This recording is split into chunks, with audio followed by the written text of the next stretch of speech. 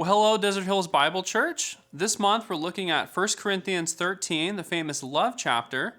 And what we often see is that the world's definition of love falls short and is often radically opposed to the Bible's definition of love.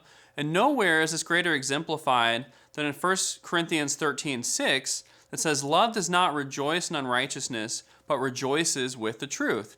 So one of the most prevailing lies in our day is this idea that to be loving, you have to always affirm or celebrate the choices of others, even when those choices are sinful or are going to lead to destruction.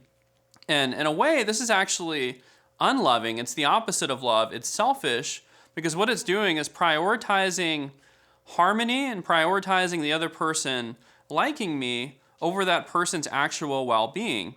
And so I think an analogy that can help illustrate this is to imagine a patient who goes to a doctor, and this patient is an alcoholic, they are a chain smoker, and let's just even add the fact that they have poor nutrition into the mix. And so they come to the doctor and their liver is greatly damaged and they're starting to develop emphysema in the lungs and their arteries are clogged and they're at great risk for a heart attack. And so when the doctor's talking to them, they find out that this person likes to party and live in an indulgent lifestyle. And so the doctor says, "Oh, that's great. I'm glad to hear that you're really enjoying life. I hope you keep doing what you're doing because it's all good."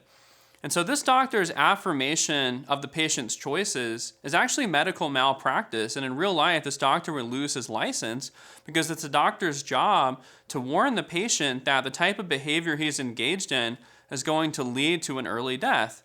And the same goes in our relationship when it comes to love. It's loving to speak the truth in love to a person who's making harmful choices. And of course, this is always seasoned with grace. We do speak the truth in love, but we do have to speak the truth. Pastor John MacArthur has said that the most loving thing that you can do is to tell a person the truth.